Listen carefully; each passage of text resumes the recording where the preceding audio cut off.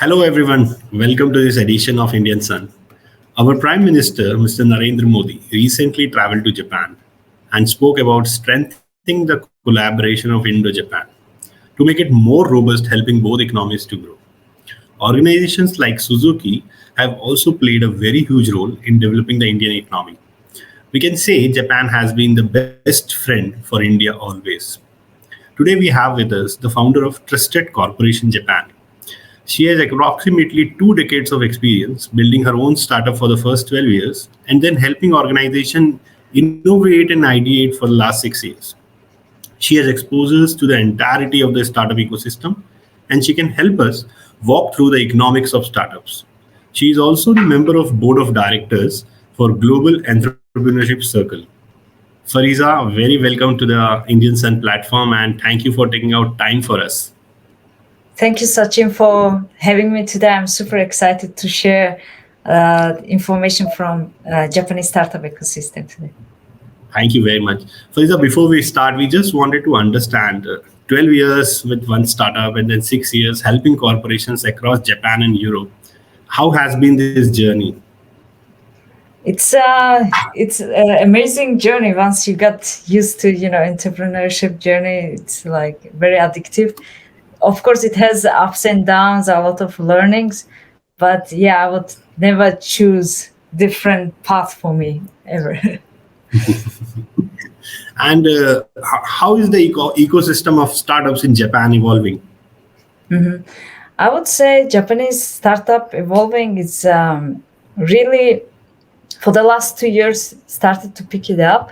Like I would say in 12 years of business experience in Japan, so many things changed. Like if you look back 12 years ago, many people maybe have the image of Japanese business like very traditional, slow paced, and but it's changing a lot. I would say a lot of ecosystem builders, community builders from abroad started to come into Japanese ecosystem like CIC, where you guys been.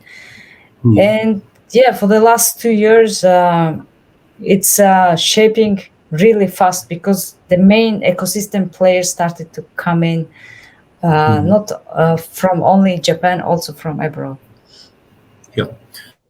For the clarity of our audiences in Indian Sun, can you walk us through the terms like Bootstrap, Series A funding, Series B funding? How does this system works? Yes, basically, during this interview, maybe I will talk more about like ecosystem, community building, open innovation, those terms. Open innovation is the new methodology of innovation, which is involving third party rather than developing everything in house, like in your own R&D with your own engineers or resources. Open innovation is the way of innovation, which is you collaborate with startups, third party, universities, sharing resources at the same time sharing risk. That's open innovation.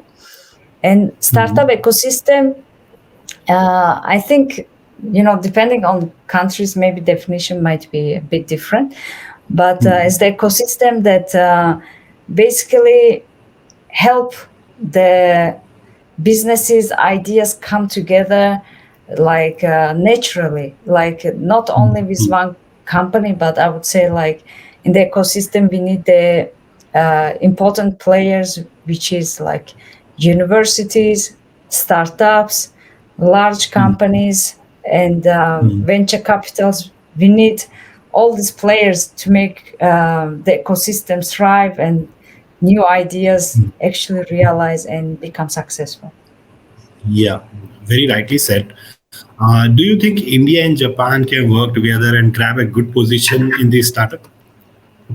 Definitely, like I see a lot of synergies between Japan and India because, as you know, Japan is very strong at like niche technologies and also the culture of like kaizen, monozukuri, which is like perfecting the processes or efficiency, right? Japan is really good at that, developing niche technologies, and they have very strong engineers. Unfortunately, they're not so good at like communication or like sharing their concepts or ideas in a easy, simple way. And also, many Japanese companies, I would say, struggling with business development aspect and managing global team, like, because in open innovation, as I mentioned before, you need to involve third party across different industries and across different countries as well. And Japan is not used to this type of communication, I would say. So if Japanese engineers and technologies patents is shared with India, and so someone from India and Japan co-found a startup, I would see so much synergy and success, because so many famous Indian CEOs are like managing global companies in the world right now. And I think the communication style, cross-cultural understanding, and involving people, Indian people, I think have really great skills in that. That's what Japan is missing. That's why I see so much synergy between India and Japan. Fariza, during my also recent visit to Japan, I think I would like to have your comments on this. That I think India has a lot of potential to create ideas because of the diversity in Indian Yes. culture, and the diversity in India from starting from the north to the south. And I Right. think Japan has a inherent system of like Kaizen, like you said, improvement in the process. So Right. Japan can drive the process part of it, and India can ideate, and together they Yes. can bring up solutions to make this world better. What are your views on this? Definitely, especially as you know, like all the solutions that our society needs, it doesn't have to be only for local, like Japanese market only, right? From the start, those Hmm. solutions should be targeted worldwide. And Japan struggles still with language barrier. Not so many strong engineers can speak in English, for example, and Hmm. that's like blocking a lot of innovation, just because of Hmm. this, as you mentioned, diversity and language skill barriers. Hmm.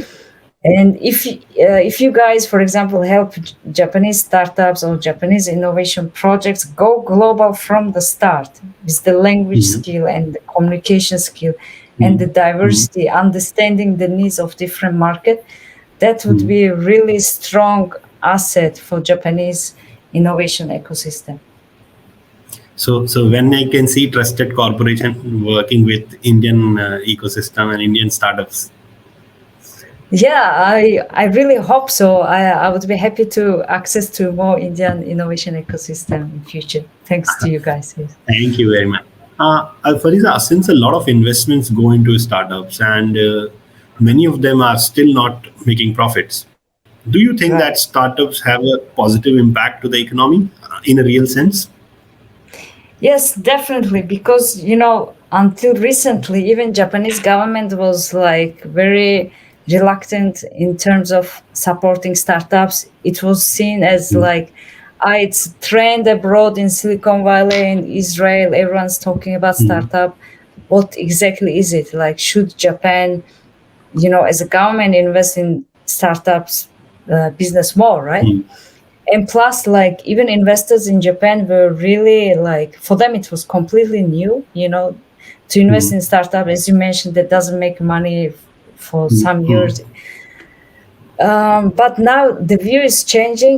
Yes, I definitely think the especially Japanese economy can grow, can be stronger, thanks Mm. to startup business. Let me explain you why it's very important Mm. for Japanese economy. As you know, the market is very mature. There's so many big companies in Japan with like 100 years of history, and they're already Mm. so big corporation wise. For them, it's very difficult to innovate, because I'm Mm. seeing because our company helps large companies build innovation foundation and involve third party for their open innovation, and we see Mm. so much struggle only even changing like small process in the company, it takes so much years, right?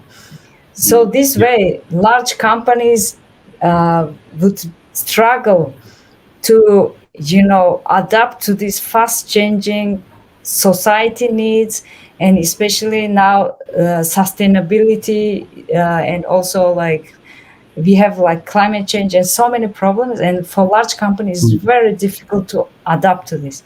And the only Mm. way to, create solution for that in a speedy way, in a flexible way, is startup business. Because even if we want or don't want, like large companies have so much complex process, they cannot Mm. make the decision making fast and stuff.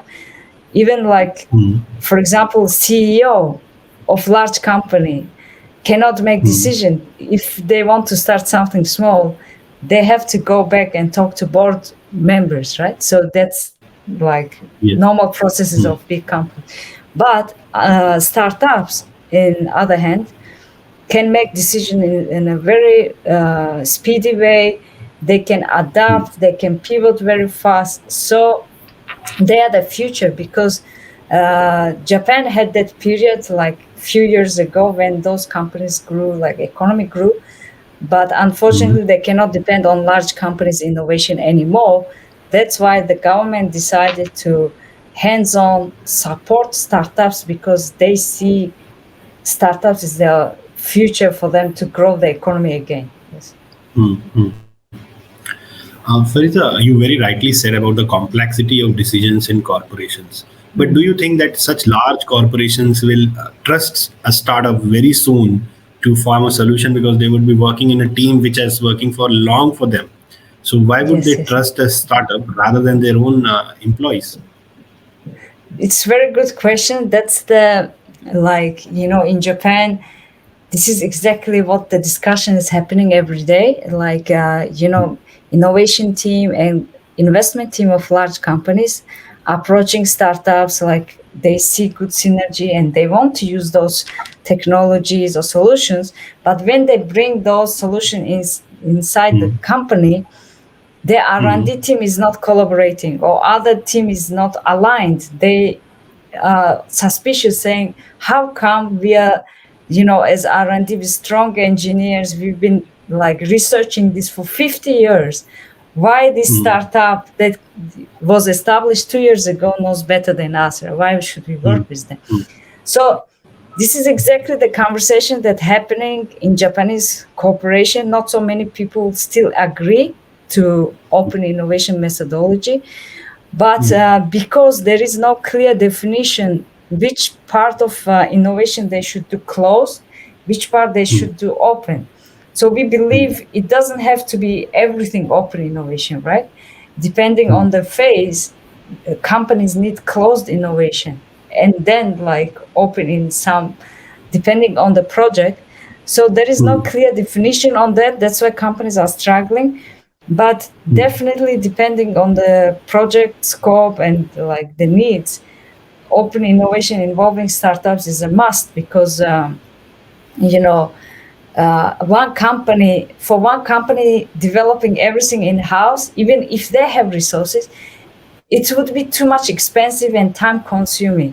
So in order to Mm. buy time and to minimize the risk, like share the risk, it Mm. would be still good methodology for companies to, do open innovation depending on the projects. Mm. Mm. Mm. That's very, very correctly said.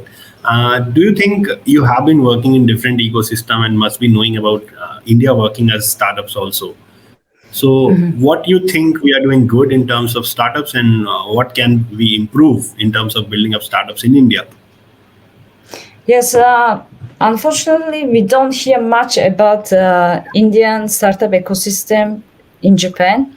So I would say, of course, I know through my friends that India, like interesting startups coming up from India as well. But I would say one thing to improve is to share, successful case studies, successful startup Mm. information more and more. Like I would say, like sharing information across different ecosystem is a must. raising awareness, right? And then you can like collaborate with different ecosystem. There will be so much synergy. But if people don't know what you guys are working on and what is the strong about India, as you know, like for example, Israel is like defense or cybersecurity, right? There are keywords like that, right? For example, Silicon Valley, like AI or B2C software. That's the keyword each ecosystem built, right? And for example, Nordic is doing really good job, like in sharing a lot of information about their work related to sustainability field. All these startups coming out on like carbon neutrality and all this. So companies know where to look. So for India, unfortunately, we don't have that keyword yet. So if you guys like identify India is strongest in the world in this field, that would be easy for other ecosystem to go to India for that specific, for example, topic, right? So we started sharing information with this interview, and I hope soon you will visit India and you'll find out what we are strong at. But yes, case studies across the borders can be shared so that we can build a collaborative ecosystem for startups. Very rightly said, Fariza. Do you also think that the way Japanese startups are working, Japanese have been very reserved in sharing informations and all. So the way Japanese startups are working, what is good about them and what can be improved in Japanese ecosystem? Japanese startup ecosystem, unfortunately, is not mature yet. Like because of the investment, I would say, as I said before, many investors expect startups to make money right away, and also they invest in something that was proven in a different market, like business models that works, right? They invest in that because it's easier for them to explain to their, for example, LPs or companies. So most of the startups that we are seeing in Japan is software related, like local version of successful startups abroad, right? And unfortunately, with this type of technologies, they cannot compete in a global arena. So, like personally, I would like suggest Japanese startups to work on things that they're very strong at, like material science or chemical fields. Japan is very strong, and this is the area like battery related, like technologies. Japan could excel very well, but unfortunately, most of the money of investors going to the software related, easy to make money, easy to scale, like business models, which is okay for domestic market. They can become unicorn, like Mercari, for example, which is like a unicorn of Japan, right? It's okay domestically, but can they compete globally? That's another question, right? We have to see still. You pointed out very important point. So do you think that copying an idea which is successful across the border is more easier and more important than creating their own idea and making it move out of the borders? Yes, unfortunately, startups come out if there is like investors backing it up, right? Like, unfortunately, startups will focus in the field where there is money. And as I said, most of the investors here that we have are institutional or angel investors that are not used to investing like Silicon Valley style, like, for example, investing in crazy ideas, hoping it can change our society, our lifestyle, even if it fails, right? And because of these institutional investors in the market and very like non-mature angel investors, unfortunately, money is going to the copy of another business model abroad, right? It's because we don't have so many successful founders. For example, in Silicon Valley, there's so many successful founders. They make their own business successful, they exit, and they invest in the next founders, right? And this is really good ecosystem, because this way there is even allowance to give a chance to startups with crazy ideas that might work, that might not work, but at least there is opportunity. There are some investors like this, right? But in Japan, unfortunately, it's not in that stage yet. I think in the next generation, where these founders become successful, they sell their own businesses, and then they invest.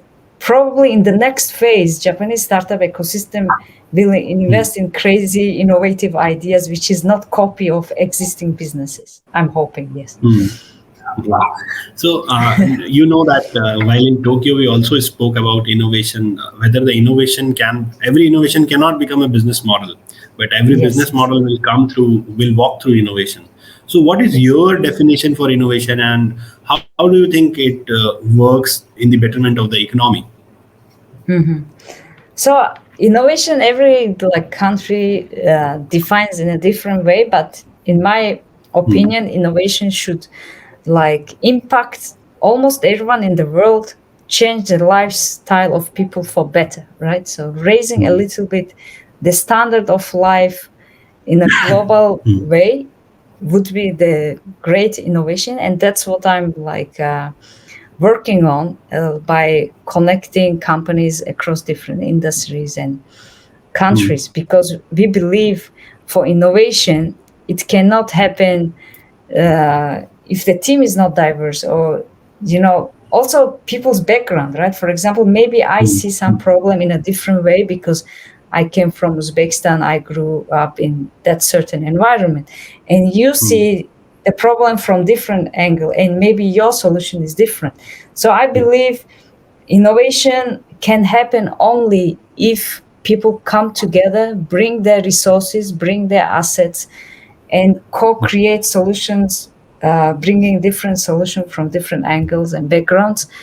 That's where we can create solutions. Of course, it's in an ideal world. There are a lot of issues, like if we co-create solutions with multiple companies, right? Who owns the IP? Who, how the profit is divided. That's completely new methodology.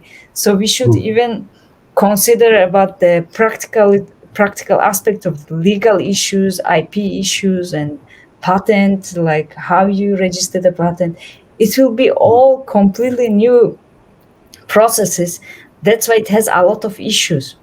And if we, while working on it, we face some issues and we solve it on the way, then it becomes more practical, because until we don't work on it, we never know what issues we might face. And that's why I'm telling to our clients here, let's start small project that you can share your resources, patents, assets that is not core for you. It's not useful maybe for your company, but it's very useful for other companies. Let's start with that. Is nothing to lose, at least, right? Starting point. Yeah. Then we will figure out on the process what issues we might face and how we can solve that. Becomes strong know-how, right, for everyone involved. And this is the phase we are helping companies now to slowly share their resources outside and involve third party to co-create solutions with, not only in Japan, but also Europe. Yeah. So you mentioned about the entry barrier to big corporation when it comes to B2B. Yes. I will also like to understand in terms of B2C, the innovation may have an economic logic, or it may create value for the customers. So what is more important for a startup idea, that it should be having an economic logic, or it should create value for the customers? Of course, having balance is very important, right? If you only want to cover your cost and make sure the company survives, startup survives, it's very important, because if you don't have enough cash flow, you cannot keep depending on investors' money all the time. So companies need to start thinking how we can cover at least our costs, so we don't run out of business and we keep surviving, right? At the same time, I would suggest like to develop the services only like idea based, start showing it to customers, like saying, would you use it? How much you, and then get directly feedback from potential, users, and then pivot on the way. So many startups make a lot of mistakes by developing something already good enough to be released to the market, right? Because they think our customers pay, we have to be very professional, good quality of services or products. Especially Japanese startups are very perfectionist. Until they don't have 100% ready product, they don't even release it, right? That's big mistake, because once they release, maybe customers don't want it. Maybe it doesn't bring value to the customer so much, right? Maybe it's nice to have, but not must to have product. And then they risk like going out of business because they spend so much time and money on that. So my advice would be, you will never know what is the strongest value for the customer unless you start showing it to them, get the feedback, do the adjustment, even without building it, right? And then slowly build it and show to customers again. So very like communication with the customer in a often frequent communication is the must. At the same time, like try to get some projects of large companies outsourced just to cover your cost in the beginning. I think having this balance is very important. Thank you very much for this insight.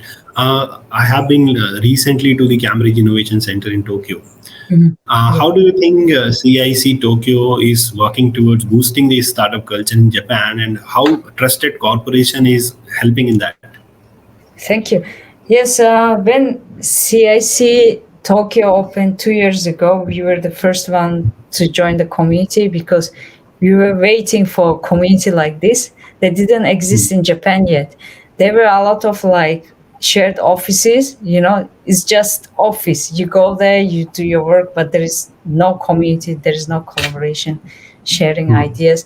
So CIC brought that culture from US to Japan, and everyone was confused in the beginning, saying like, what is this thing? What is this community thing? We heard about it, but we never experienced it. And they started to organize events once a week, every Thursday, like a free event. Anyone interested in startup or innovation can come. Like they didn't limit who can come, who cannot come, like open doors.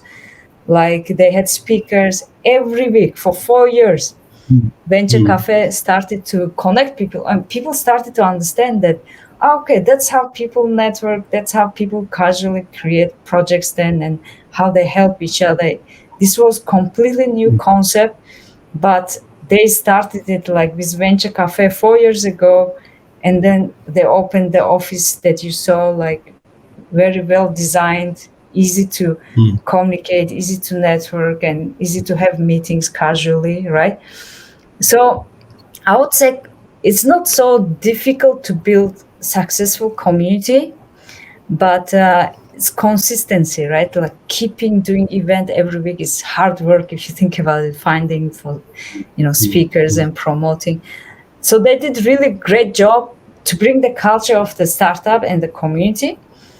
And also they did really good job to involve the government. Like before CIC came, we rarely even met with government people. Like, they were not involved in the startup ecosystem, but they brought them really close together with the ecosystem because they're really important part of the ecosystem, right? The government. So they invited to the event, they created like communities like where government is supporting it hands-on. And also we had chance, like for example, I personally joined the, kind of sessions with the Ministry of Economy, who basically decided the new regulations to support innovation and startups. And I personally could input my own, like, ideas, advice, things that needs to be solved from foreign entrepreneur in Japan, like I faced so many like problems like visa related. It was so costly to start business here, right, for foreigners. Mm. So I talked all about that, and they started to implement it in the regulations, so we could directly talk to government to change, Japanese regulation, right? And it happened for the first time in the history, basically. And so I think CIC did really great job in that. And how Trusted is helping is we are connecting them with Europe, like we are like global connector as a role in CIC community. We help them promote their activities in a global way. And also we are creating concrete projects because we are like solution provider, they're community builder, right? So people gathering together, but it's up to them to create projects, right? Which is working well for the US, but doesn't work for Japan yet because Japanese companies not used to it, right? They want Yeah. something hands-on approach, customized approach. And CIC doesn't offer that kind of solutions here in Japan. So Trusted is helping the community members with hands-on approach to create something concrete, utilizing the community CIC build. So this way, we can, help even the community members to come up with innovation business ideas. So it's really good synergy, CIC and Trusted. Truly, I experienced it while in CIC. And I also want to understand, in an Indian diaspora, a lot of startup ideas come to different minds because of the diversity in culture and places. So I have a startup idea, but I think that something of that sort already exists. So what should I do in that case? You should definitely pursue it because even if it's the same business model, you're addressing the same challenge, your approach will be completely different because of your passion, because of your background, your personality. So there is no exactly same business in the world because depending on the founder, there will be something unique about it no matter what, right? It could be just even the company culture you create. Like you will for sure have your own strong points, your own resources that make you successful. So if you're super passionate about your idea and you want to pursue it and it exists already in the world, definitely pursue it. Don't give up from the start. Thank you. So, what would be your suggestion to the millions of young Indians planning to build a startup or already have onboarded their startups? Right. So definitely reach out to people. Like you need information, you need advice. Don't like think alone. It's your problems or your struggles. The startup mindset is great because everyone wants to help each other. It's very positive mindset. Like people don't expect return from the start. They're happy to help because they received those help themselves when they were building the company, right? So if you are stuck in some stage of your startup and you need help, definitely reach out to anyone in the world, like even the most successful people on LinkedIn saying, can I meet you for like maybe 30 minutes? I want to ask you this question and advice. And don't struggle alone. And like also basically show up to the events or like, go to other countries, meet people. I think that's the secret of success. Just be present, show up, and talk about your passion and build the brand like with the keyword that you want to be remembered. So people like very much passionate people, right? So don't be shy, even if you have crazy ideas or even if you didn't start it, it's fine. Just the fact that you're passionate about this already, you get the respect of people. So don't limit yourself, just be yourself and reach out to people. That would be my advice. Very wonderfully said. Be limitless is the word I'll take from this explanation of yours. Now, taking the topic to a different direction, you have been also working for acceleration program for women in Tokyo. Yes. This is not a problem of a nation. This is a problem across the globe. the participation Yes. of women in business, participation of women in workforce. So, Yes. what is your view on that, and how you're working towards it?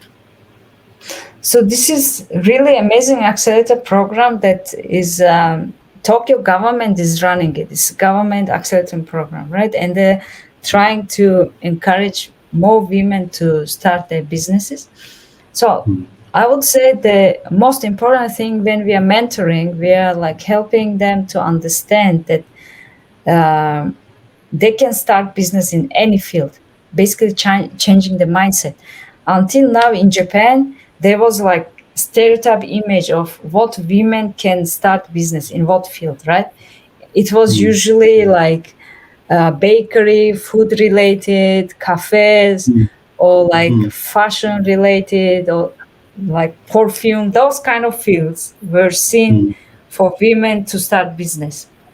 mm, But and everyone thought like in tech field, like in industry field, it's men's world, right? Like they don't mm, have any chance to even start the business there, which is not mm, true. Like in reality, women don't even try to go there because they have this stereotype image, right? Women don't take mm, us seriously if you go to that field. They give up from the start. They don't even ask for it. They don't even approach those fields themselves, right? And of mm, course, naturally, more men will go to that field because they don't have that stereotype image. So that's what I'm mm, mentoring always, because I chose always like industries that is like innovation, technology is 100% like mobility, smart cities seen as men's world, right? Which is not mm, like every time I meet like executives and CEOs as a foreigner, female, I never felt any discrimination or sexism or like they mm, took me seriously because my ideas were solid, my attitude, my own attitude. I always felt I belong there. I'm bringing value there, and that's what matters, right? Because men, of course, want great ideas and they want business. They don't care where it's coming from. If you're a yeah. foreigner, if you're a woman, it doesn't matter, right? If your idea is solid and you believe in yourself and you're confident, they take you seriously, right? So that Mm, was my experience from the start. And I always tell to women like who are in this accession program, what you want to do really, like ideally, if you didn't have any obstacles or anything, what field you would choose. And they say, I would choose this. Okay, so choose this because you have equal chance. There is no this kind of stereotype image and stuff like this. It's all mm, depends on you, right?